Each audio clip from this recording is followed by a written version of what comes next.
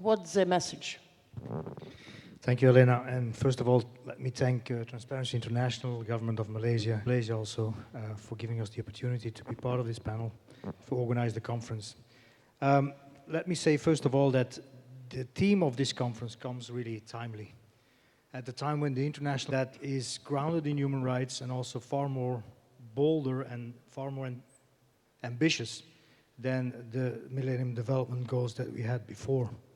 It's the result of an unprecedented consultation process, and hopefully in September we will have approval of the new development agenda, an agenda for people, planet, prosperity, partnerships, and peace.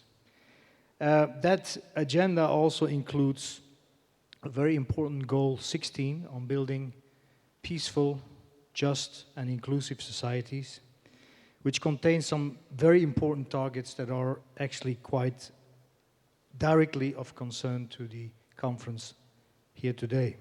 Strengthening the rule of law and ensuring equal access to justice for all, reducing illicit financial flows and strengthening the return of stolen assets, reducing corruption and bribery in all its forms, ensuring public access to information and protection of fundamental freedoms, and importantly also, the development of effective, accountable, and transparent institutions at all levels. Now, some may say, what is actually new? We already have the United Nations Convention, but I think that many of us will agree that this is actually, if it gets approved, this is actually a victory for the anti-corruption movement. Because for the first time, we really have an international agreement to link good governance, anti-corruption, to the issues of peace, justice, and security, and inclusive development.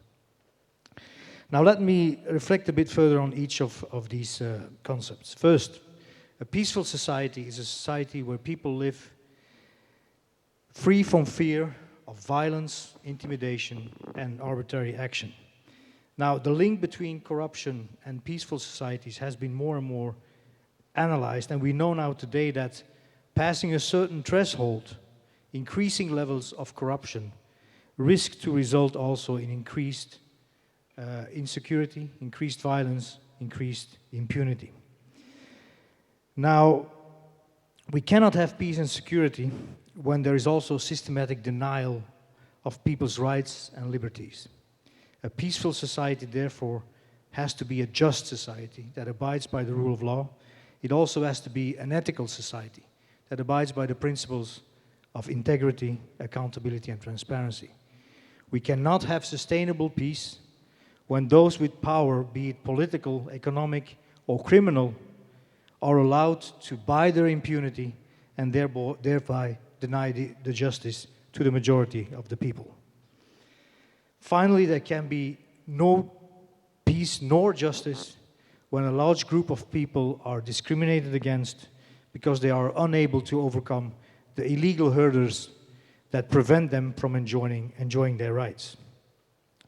That is also why, from an anti-corruption perspective, the target in Goal 16 about developing accountable, transparent, and effective institutions has to be about the maturing and the strengthening of the resilience of integrity institutions, which are not just government institutions, but also include media, civil society, women's organizations, very important also youth organizations, and all these institutions that can collectively address the cancer of corruption and impunity. Now, because of the impact of corruption on the poor, in UNDP we have been focusing a lot of our efforts more recently on really analyzing corruption risk in key social sectors, health, education, water and sanitation, and we're now expanding that also into the justice and security sector. At the conference, we're also launching a user's guide to measuring corruption and anti-corruption, which we hope will help to analyze the weaknesses in the integrity action chain.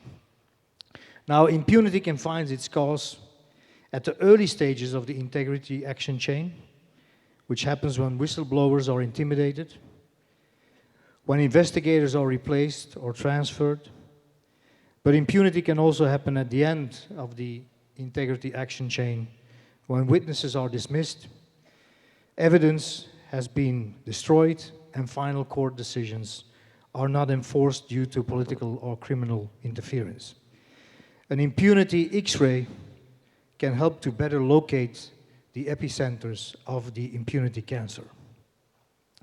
Breaking the culture of impunity needs a comprehensive governance approach that involves many actors at national and local level. But as some of my colleagues also already mentioned, in an increasingly globalized world, facing global challenges of violent extremism, organized crime with international tentacles, addressing severe corruption and impunity problems require cooperation that goes beyond borders. It requires also solidarity in action and support from national and international civil society, media, including through social media.